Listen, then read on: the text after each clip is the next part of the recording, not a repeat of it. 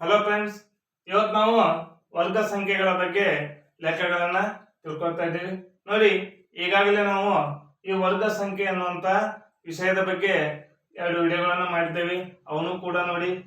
ಹಾಗಾದ್ರೆ ನಾವು ಈ ಹಿಂದಿನ ವಿಡಿಯೋಗಳಲ್ಲಿ ವರ್ಗ ಸಂಖ್ಯೆ ಅಂದ್ರೆ ಏನು, ಹಾಗಾದ್ರೆ 1 ರಿಂದ 10ರವರೆಗೆ ಬರುವಂತ ವರ್ಗ ಸಂಖ್ಯೆಗಳು ಯಾವ್ಯಾವು ಅನ್ನೋದನ್ನ ಕಲಿತಿದ್ದೇವೆ.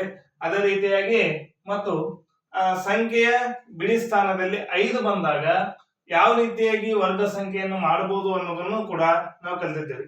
ಹಾಗಾದ್ರೆ ಬನ್ನಿ ಈ ರೀತಿಯಲ್ಲಿ ವರ್ಗ ಸಂಖ್ಯೆಯನ್ನ ಈಸಿಯಾಗಿ ಹೇಗೆ ಕಂಡುಹಿಡಿಯಬಹುದು ಅಂತ ಹೇಳಿ ತಿಳ್ಕೊಳ್ಳೋಣ.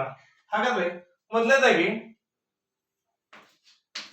46ರ ವರ್ಗವನ್ನ ಕಂಡುಹಿಡಿಯೋಣ. ಹಾಗ ಈ ರೀತಿ ಅಂದ್ರೆ ಏನಾಯ್ತು, 46 ಗುಣಾಕಾರ 46. ಹೌದಾ, 46ರ ವರ್ಗ. ಹಾಗಾದ್ರೆ 46ರ ವರ್ಗವನ್ನು ಕಂಡುಹಿಡಿಯಿರಿ ಅಂದಾಗ ನೀವು ಯಾವ ರೀತಿ ಮಾಡ್ತೀರ ಅನ್ನೋದನ್ನ ಫಸ್ಟ್ ನೋಡೋಣ. ಹೌದಾ, 46ರಲ್ಲಿ ಏನ್ ಮಾಡಬೇಕಾಗ್ತದೆ, ಗುಣಿಸಬೇಕಾಗ್ತದೆ. ನೋಡಿ, 6 ಆಗ್ಲೇ 36, 6 ನಾಲ್ಕಲೇ 24, 24ಕ್ಕೆ 3 ಕೂಡಿಸಿದಾಗ ಎಷ್ಟಾಗ್ತಾ ಇದೆ, 24. 6 ನಾಲ್ಕಲೇ 24, 24 3 ಕೂಡಿಸಿದ್ರೆ 27 ಪ್ಲಸ್ 4 ಆಗ್ಲೇ 24, 2 ಕೈಲ 4 ನಾಲ್ಕಲೇ 16, 16ಕ್ಕೆ 2 ಕೂಡಿಸಿದ್ರೆ 18. ಹಾಗಾದ್ರೆ ಎಷ್ಟು ಬಂತು, 6, 7 4 11, 8 2 10, 1 11, 1 1 2. ಹೌದಾ, ನೀವು ಏನ್ ಮಾಡ್ತೀರಿ, ಈ ರೀತಿಯಾಗಿ ಮಾಡ್ತೀರಿ. ಹಾಗಾದ್ರೆ ಅದನ್ನ ಇನ್ನೂ ಈಸಿಯಾಗಿ ಯಾವ ರೀತಿ ಮಾಡ್ಬೋದು ಅಂದ್ರೆ, ನೋಡಿ 46 ಇದೆ, ಇತರ ವರ್ಗ ಬೇಕಾಗಿದೆ. ಹಾಗಾದ್ರೆ ಫಸ್ಟ್ ನಾವೇನ್ ಮಾಡೋಣ, 4ರ ವರ್ಗ ಸಂಖ್ಯೆ ನಮ್ಗೆ ಗೊತ್ತಿದೆ. 4ರ ವರ್ಗ ಸಂಖ್ಯೆ ಎಷ್ಟು, 16. 6ರ ವರ್ಗ ಸಂಖ್ಯೆ ಎಷ್ಟು, 36. ಹೌದಾ, ಈ ರೀತಿಯಾಗಿ ಬರ್ಕೊಂಡು, ಹೌದಾ, ಯಾವ ರೀತಿ ಬಿಡ್ತೀವಿ, ಈ ರೀತಿಯಾಗಿ ಬಿಡ್ತೇವ. ಹಾಗಾದ್ರೆ 46ರ ವರ್ಗ ಸಂಖ್ಯೆ ಅಂದಾಗ ಫಸ್ಟ್ ನಾವೇನ್ ಮಾಡ್ಬೇಕು, 4ರ ವರ್ಗ ಸಂಖ್ಯೆ, 6ರ ವರ್ಗ ಸಂಖ್ಯೆ. ಈಗ ನೋಡಿ, ಈಗ ಅಷ್ಟು ಸಿಂಗಲ್ ಆಯ್ತು, ಒಂದು ಗುಣಿಸೋಣ. 4 ಆಗ್ಲೇ 24, 24 ಎರಡ್ಲೆ ಎಷ್ಟಾಗ್ತದೆ, 48. ಈ 48ನ ಏನ್ ಮಾಡೋಣ, ಇಲ್ಲಿಟ್ಟು ಕೂಡಿಸಿಬಿಡೋಣ. ಇಲ್ಲಿಟ್ಟು ಕೂಡಿಸಿಬಿಡೋಣ. ಎಷ್ಟಾಗ್ತಾ ಇದೆ, 6 8 3 11, 6 4 10 1 11.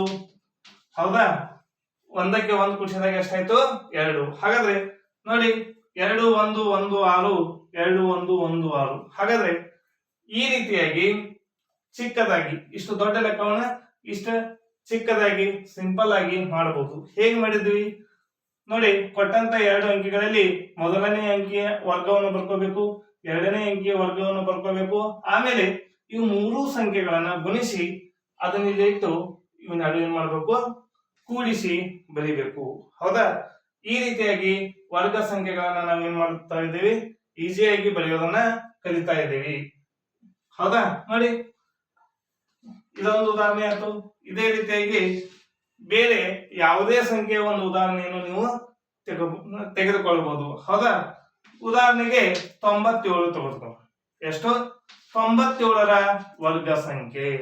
97ರ ವರ್ಗ ಸಂಖ್ಯೆ ಅಂದಾಗ ನೋಡಿ ಏನಾಗ್ತಾ ಇದೆ, ನಮ್ಗೆ ಈಗಾಗಲೇ 9ರ ವರ್ಗ ಸಂಖ್ಯೆ ಗೊತ್ತಿದೆ.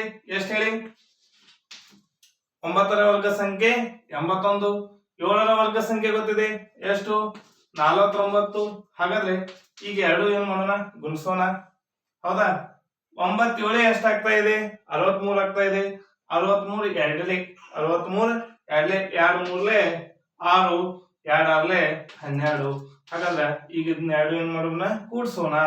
9ಕ್ಕೆ 9 ಬಂತು, 6 4 10 ಆಯ್ತು.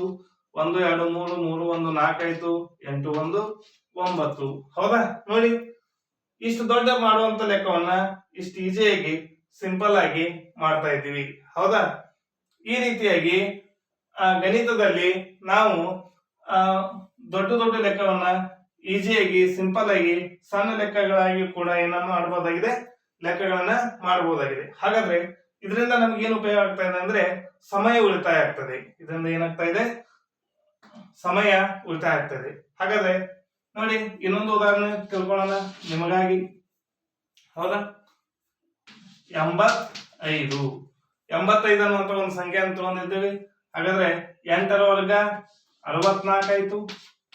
ಹೌದಲ್ಲ, 8ರ ವರ್ಗ ಸಂಖ್ಯೆ 64, 5ರ ವರ್ಗ ಸಂಖ್ಯೆ 25.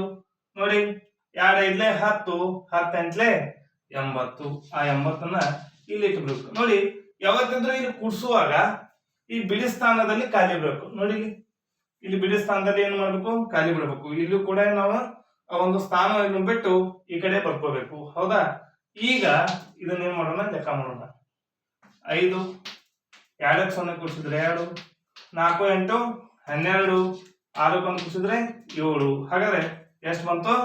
85ರ ವರ್ಗ ಸಂಖ್ಯೆ 7225, 97ರ ವರ್ಗ ಸಂಖ್ಯೆ 9409, ಅದೇ ರೀತಿಯಾಗಿ 46ರ ವರ್ಗ ಸಂಖ್ಯೆ 2116. ಈ ರೀತಿಯಾಗಿ ನಾವು ಲೆಕ್ಕಗಳನ್ನ ಮಾಡಬಹುದು ಅಂತೇಳಿ ಈ ವಿಡಿಯೋದಲ್ಲಿ ಕಲಿತಿದ್ದೇವೆ. ಈ ವಿಡಿಯೋ ನಿಮ್ಗೆ ಇಷ್ಟ ಆದ್ರೆ ಲೈಕ್ ಮಾಡಿ, ಶೇರ್ ಮಾಡಿ. Thank you.